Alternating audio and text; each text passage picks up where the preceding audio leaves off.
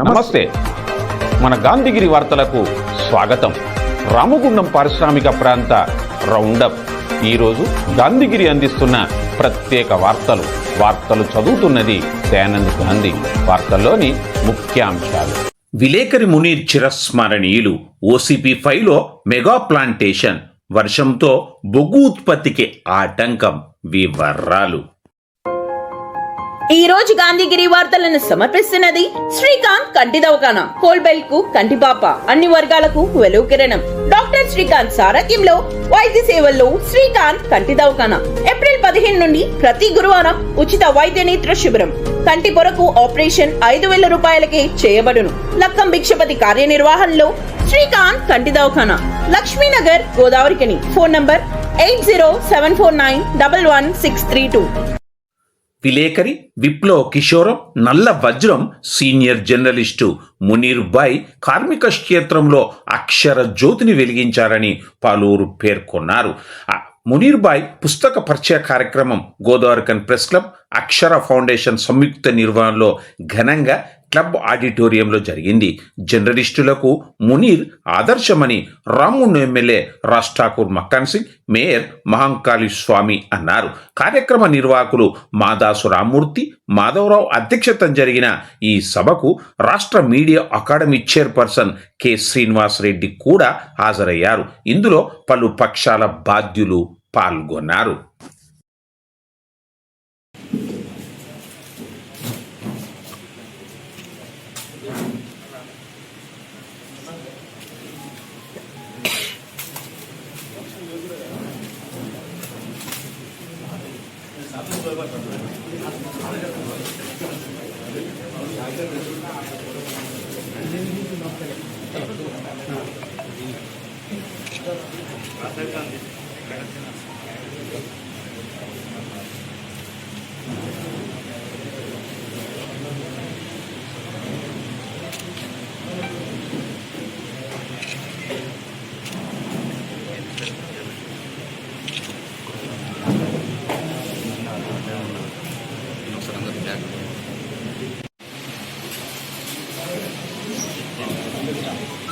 నారా శ్రీనివాస్ గారిని వేదికపైకి రావాల్సిందిగా ఆహ్వానిస్తున్నాం.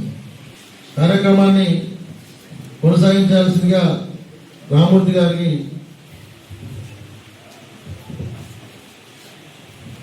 స్వాగతం, సుస్వాగతం.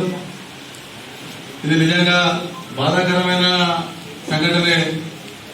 సీనియర్ జర్నలిస్టు అమరుడు కామ్రేడ్ మునీర్ అన్న మన మధ్యన లేకపోవడం అనేది రేపు ఆగస్టు 8-9 తేదీలో ఇండియన్ జర్నలిస్ట్ యూనియన్ జాతీయ కార్యవర్గ సమావేశం బెంగళూరులో పెట్టారు.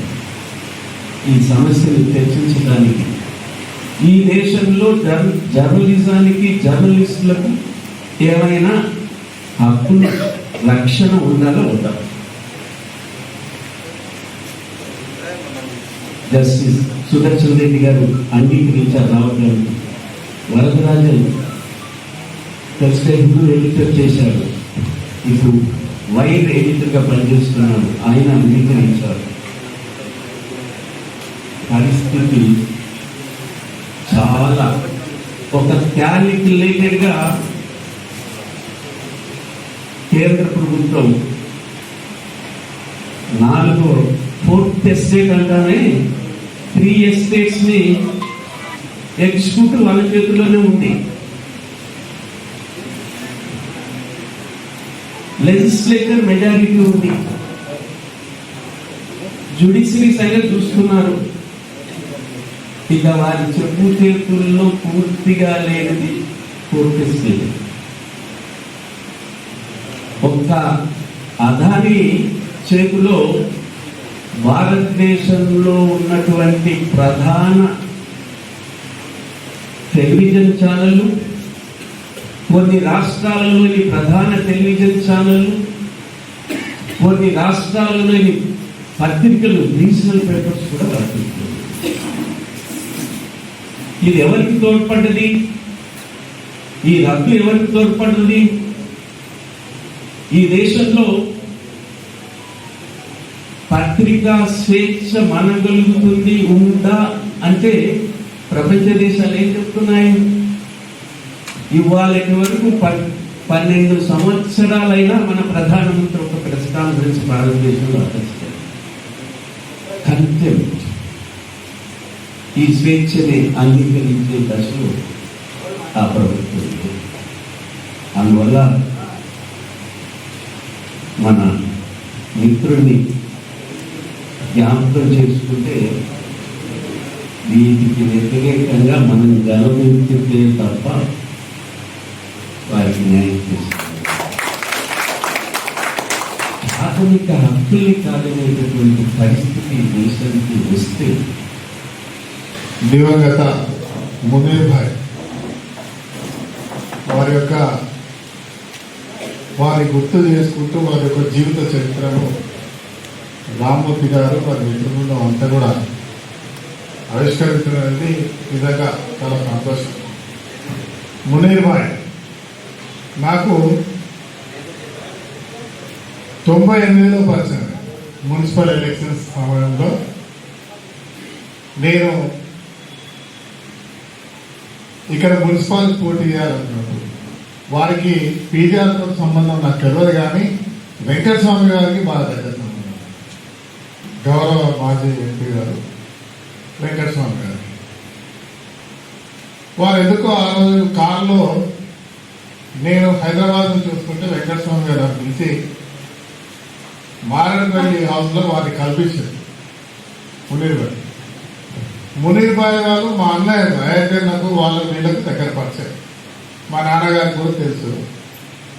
తర్వాత ఆ రోజు వాళ్ళ కారులో వచ్చేటప్పుడు వెంకటస్వామి గారికి ఈయన కూడా తెలుసా అని నాకు తెలియదు అని చెప్పి, ఆయన అడిగాను ఈయన కూడా తెలుసా అని. చాలా తెలుసు అని నాకు కూడా చెప్పాను. అన్ని విషయాలు చెప్పుకుంటారు, కొంచెం చెప్పరాని ఉన్నాయి. రాజ్భాయ్ makhana రాజ్భాయ్ perfect candidate municipal chairman కాక మంచి డెసిషన్ అన్నారు. మేము జోదక్క బై ఎలక్షన్ ఉండే కొరుట్లకు పోయిన ఆ నుంచి, ఈయన కూడా కారులో ఉన్నాడు. వాళ్ళు ఆ నుంచి మంచిర్యాల పోతున్నారు. పోయినప్పుడు ఇక్కడ నుంచి అక్కడ ఆయన ఇచ్చిన ఫీడ్బ్యాక్, నేను అడిగిన దానికి, శ్రీపాదరావు గారు చెప్పిన దానికి, రాజశేఖర్ గారి కరీంనగర్లో గెస్ట్ హౌస్లో డిసైడ్ చేసుకొని ఆయన పీసీసీ అధ్యక్షుడు. కొరుట్లో పోయినాం. ఆడ కొరుట్లో రాబోయే గోదావరి కానీ మున్సిపల్ ఎలక్షన్ మా రాష్ట్రాల క్యాండిడేట్ డిక్లేర్ చేశారు. అది రామగుండంలో నేను మొదలైంది. అప్పటివరకు ప్రజాక్షేత్ర డైరెక్ట్గా ప్రజా ఎన్నికలు రావాలంటే ఆలోచన లేకుండే. హైదరాబాద్లో యాక్టివ్గా ఏం చేస్తామో తెలియదు. దాని తర్వాత వారితో బాణి తర్వాత వచ్చేటప్పుడు ఎక్కడో భోజనానికి ఎవరు ఇంట్లో ఆయన ఆ రోజుల్లో ముకుందారెడ్డి గారు, కేతిరి సాయిరెడ్డి గారు, శేఖరణ కరెక్టే గారు అలా మాట్లాడుకుంటూ ఉన్నప్పుడు ఈయన గురించి చెప్పారు.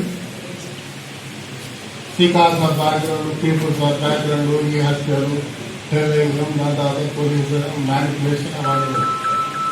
తర్వాత హైదరాబాద్ కానీ ఎప్పుడైనా వస్తే నాకు ఫోన్ చేసేవారు. ఎమ్మెల్యే క్వార్టర్స్కి వచ్చి వారి గురించి నేను కొంచెం ఇంట్రెస్ట్గా తెలుసుకున్నాను.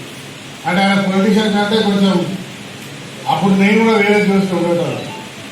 అప్పుడు కూడా చేస్తే వాళ్ళని బాగా ఇంకేమైనా తినని అంతగా కొత్త గొడవ చేస్తామంటే ఈయన కూడా వచ్చి చెప్పేటోడు, వాడిని వేసినాం, నేను వేసినాం, శ్రీకాంత్ వచ్చినాం, పోలీసు ఉన్నారని చేసారు, ఈపీఆర్ అనే పరిస్థితి ఉన్నప్పటి నుంచి జగదాంబ లినెన్ కాటన్ స్టోర్ గోదావరిఖనిలోనే మొట్టమొదటి అతిపెద్ద జెంట్స్ క్లాత్ షోరూమ్. రాబోయే పండుగలు, మ్యారేజ్ సీజన్ కోసం స్పెషల్ ఆఫర్స్. 999 రూపాయలకే 4 ప్యాంట్ క్లాతులు, 999 రూపాయలకే 4 షర్ట్ క్లాతులు, 999 రూపాయలకే 2 రేమాన్ ప్యాంట్ క్లాతులు, 999 రూపాయలకే 2 అరవింద్ ప్యాంట్ క్లాతులు, 599 రూపాయలకే మీటర్ 60 వైట్ లెనిన్ షర్టింగ్, 799 రూపాయలకే metre 70 lea white linen shirting, 899 రూపాయలకే metre 80 lea white linen shirting, 999 రూపాయలకే metre 100 lea white linen shirting. Jagadamba linen cotton store, Lakshminagar, Godavarikhani.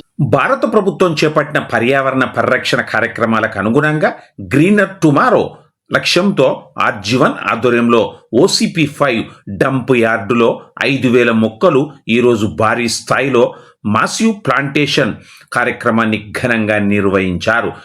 పర్యావరణ పరిరక్షణ, కాలుష్య నియంత్రణ, జీవ వైవిధ్య పరిరక్షణ, భావితరాలకు పచ్చని స్వచ్ఛమైన వాతావరణాన్ని అందించాలనే సంకల్పంతో రామగుండం ఏరియా 1 పరిధిలోని వివిధ గనులు, ఓపెన్ కాస్ట్ ప్రాజెక్టులు, కార్యాలయ ఆవరణలో ఒకే రోజు మొత్తం 10,000 మొక్కలను సామూహికంగా నాటడం జరిగింది. ఈ సందర్భంగా ముఖ్య అతిథిగా హాజరైన SO2 GM చంద్రశేఖర్ మాట్లాడుతూ బొగ్గు ఉత్పత్తిలో దేశానికి సేవలందిస్తున్న సింగరేణి సంస్థ పర్యావరణ పరిరక్షణలో కూడా ఆదర్శంగా నిలుస్తుందన్నారు. పరిశ్రమల అభివృద్ధితో పాటు ప్రకృతి సమతుల్యతను కాపాడడం ప్రతి ఒక్కరి బాధ్యత అని, నేడు నాటికి ప్రతి మొక్క భావి తరాలకు అమూల్యమైన ఆస్తిగా మారుతుందని అన్నారు.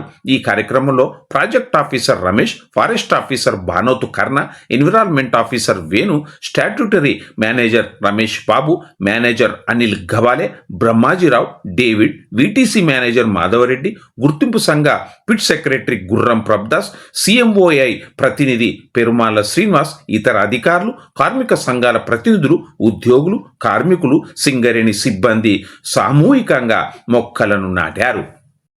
जय सिंगरणी, एक पेड़ माँ के नाम, एक पेड़ माँ के नाम, एक पेड़ माँ के नाम, एक पेड़ माँ के नाम. जय सिंगरणी, सततम हरितम जीवम, सततम हरितम जीवम, सततम हरितम जीवम. एक पेड़ एक पेड़ एक पेड़ एक पेड़ एक पेड़ వెనక నుంచి మీకు ఫ్లెక్సీ ఓకే పారతోటి రెండు మట్టి అక్కడ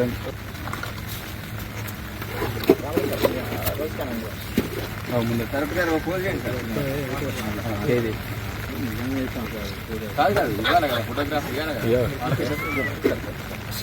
ఒక్కసారి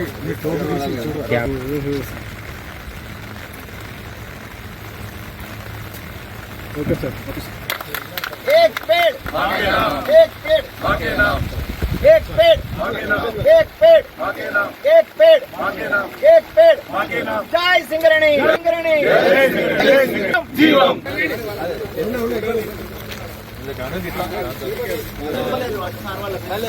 ఇటు పెట్టు గటు పెడతాం వెనకరండి సిద్ధికి వెనకరా వరుసగా వెనకాల నిలబడాలి అందరూ. ఎంత ఓన్లీ ఫోటో తీసే వాళ్ళు మాత్రమే అటు ఉండాలి. మిగతా వాళ్ళంతా వెనక్కి వచ్చి ఫోటోలు దాకా. అందరికి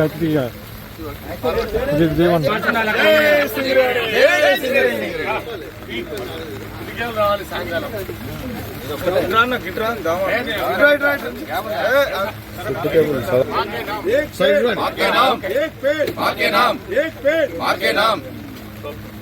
ఓకే ఓకే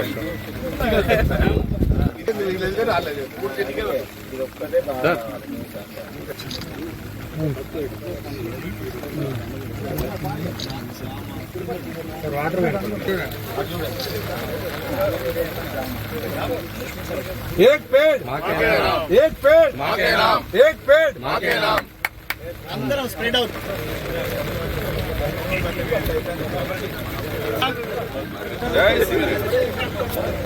జై సింగరేణి. ఓకే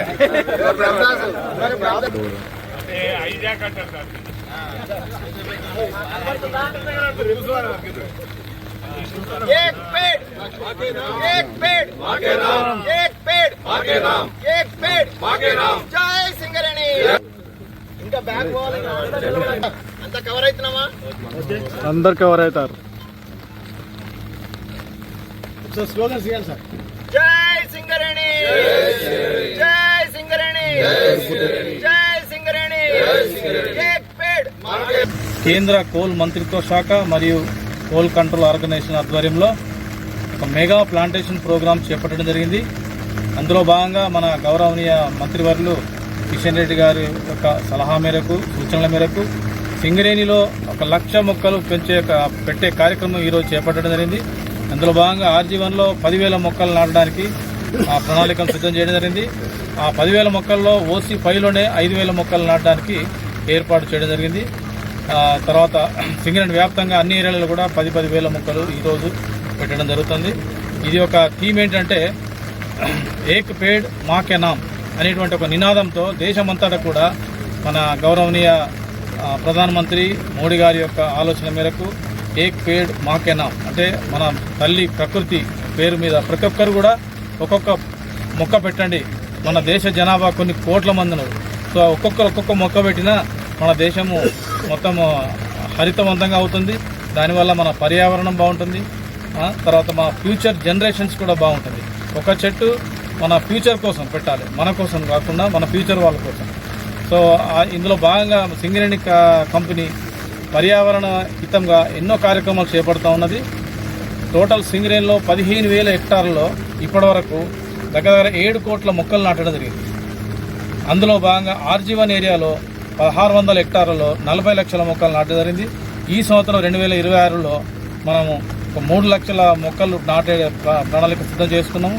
వివిధ ఏరియాలో మైన్స్లలో, డిపార్ట్మెంట్స్లలో బ్లాక్ ప్లాంటేషన్ కావచ్చు, ఓబీ డంపుల మీద కావచ్చు, తర్వాత ఎవెన్యూ ప్లాంటేషన్ కావచ్చు, అన్ని విధాలు చూస్తే 3 లక్షల మొక్కలు నాటడానికి మనకు అన్ని ప్రణాళికలు మన ఫారెస్ట్ డిపార్ట్మెంటు కర్ణగారి ఆధ్వర్యంలో సిద్ధంగా ఉన్నారు. ఈ మధ్యలో గ్లోబల్ వార్మింగ్ అనేది విపరీతంగా పెరిగి కొన్ని కంట్రీస్లలో ఉండలేని పరిస్థితి, చాలామంది మృత్యువాత కూడా పడ్డారు. దీనికి ముఖ్య కారణం ఏంటంటే డిఫారెస్టేషన్ చేయడం, అంటే అడవులు నరికివేయడం, చెట్లను నరికివేయడం, ఇలాంటి పనులన్నీ జరుగుతున్నాయి. అలా కాకుండా ప్రతి ఒక్కరు కూడా ఉన్న చెట్టును కొట్టద్దు, ఫస్ట్ ఉన్న చెట్టు కంపల్సరీ కాపాడాలి, దాన్ని ప్రొటెక్ట్ చేయడానికి ప్రయత్నించాలి. అదనంగా ప్రతి ఒక్కరు కూడా ఒక 2 మొక్కలు పెడితే మన భారతదేశ జనాభా 145 కోట్లు ఉన్నది. ప్రతి ఒక్కరు కూడా ఒక 2 మొక్కలు పెట్టినా కూడా 300 కోట్ల మొక్కలు అయితే ఈ భారతదేశం, మన తెలంగాణ రాష్ట్రం ప్రతి ఒక్క ప్రాంతం కూడా సస్యశ్యామలంగా అయి గ్రీన్ హౌస్ గ్యాసెస్ టెంపరేచర్ తగ్గుతుంది. మనం అనుకున్నట్టు వర్షాలు కూడా పడతాయి. ప్లస్ ఎయిర్ పొల్యూషన్ తగ్గుతుంది, వాటర్ పొల్యూషన్ తగ్గుతుంది, ల్యాండ్ పొల్యూషన్ తగ్గుతుంది. ఈ చెట్టే మనిషి యొక్క జీవనాధారం. నీరే వృక్షో రక్షితి రక్షిత అనే వాదనాడుని ఇప్పుడు మనము ఏక్ పేడ్కే మాకే నామ్ అనే దాన్ని తీసుకొచ్చినాం. ఇది సెంట్రల్ గవర్నమెంట్ తీసుకున్నది. దీన్ని ప్రతిష్టాత్మకంగా ఈ వర్షాకాలంలోనే మనం చెట్లను నాటితేనే మనకు సుభిక్షంగా ఉంటుంది. హరితహారము అంటే మనకు హరితహారం డెవలప్ అవుతుంది. అడవులు డెవలప్ కావడం వల్ల మనకు గ్రీన్ హౌస్ ఎఫెక్ట్ అన్నదాన్ని తగ్గిస్తాము. CO2ను తగ్గించుకొని తర్వాత మనకు ఉన్నటువంటి చుట్టుపక్కల వాతావరణం అంతా కూడా సస్యశ్యామలంగా అవుతుంది.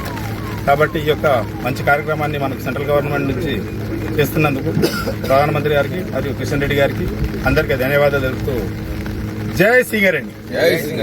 ఈ సంవత్సరం మాదిరిగానే గత సంవత్సరం కూడా మనము గౌరవ ఎమ్మెల్యే గారి ఆధ్వర్యంలో పోయిన సంవత్సరం పెట్టిన మొక్కలు ఈరోజు అభివృద్ధి చెంది మంచి వాతావరణాన్ని, మనకు కాలుష్యాన్ని తగ్గించడానికి దోహదపడుతున్నాయి. అలాగనే ఈ మైను మనకు ఊరికి దగ్గరగా ఉండటం వల్ల ఎక్కువ ప్రమాదం గురికావద్దని ఎక్కువ ఫోకస్ పెట్టి మన కర్ణగారు అయితే ఏదైతే ఇక్కడ ఎక్కువ చెట్లు పెంచాలి, ఈ గోదావరి కన్ని కాలుష్య రహితంగా చేయాలనే నినాదంతో ముందుకు పోతున్నారు. వారికి అన్ని విధాల సహకరిస్తున్న జనరల్ మేనేజర్ గారికి మరియు ఎస్ఓ గారికి, ఇతర సింగరేణి యాజమాన్యానికి కృతజ్ఞతలు తెలియజేస్తున్నాం. ఒక చెట్టు పెంచడం వల్ల ఎన్ని లాభాలు అనేది గత పెద్దలు వివరించారు. కాబట్టి మన బాధ్యతగా, మన కర్తవ్యంగా ఒక్కొక్కరం ఒక్కొక్క చెట్టు పెట్టి ఈ వాతావరణ సమతుల్యాన్ని కాపాడాలని ఈ సందర్భంగా విజ్ఞప్తి చేస్తూ సింగరేణిలో బొగ్గు ఉత్పత్తి మీద వర్ష ప్రభావం ప్రారంభమైంది. రామగుండం పారిశ్రామిక ప్రాంతంలో నిన్న సాయంత్రం నుంచి వస్తున్న ఎడతెరిపి వర్షంతో ఇక్కడి ఓపెన్ కాస్ట్ బొగ్గు గనుల్లో బొగ్గు ఉత్పత్తికి అంతరాయం ఏర్పడింది. ఉపరితల గనుల రహదారులన్నీ బురదమయం కావడంతో వాహనాల రాకపోకలు ఆగిపోయాయి. రోజుకు సుమారు 50,000 టన్నుల బొగ్గు ఉత్పత్తికి ఆటంకం ఏర్పడింది.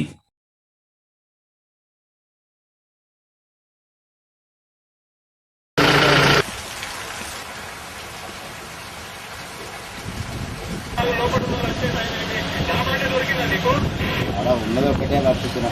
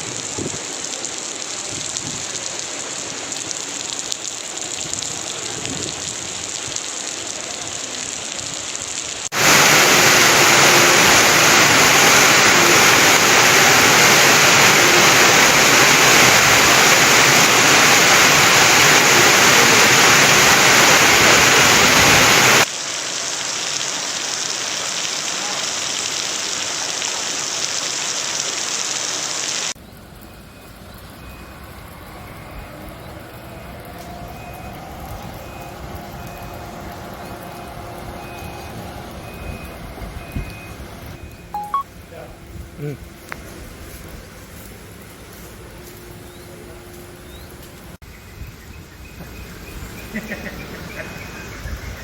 మధ్యలో కొన్ని మళ్ళీ ఓపెన్ అవుతారు 3,000 అయితే క్లోజ్ అయినాయి ఇక్కడ కలుస్తుంది.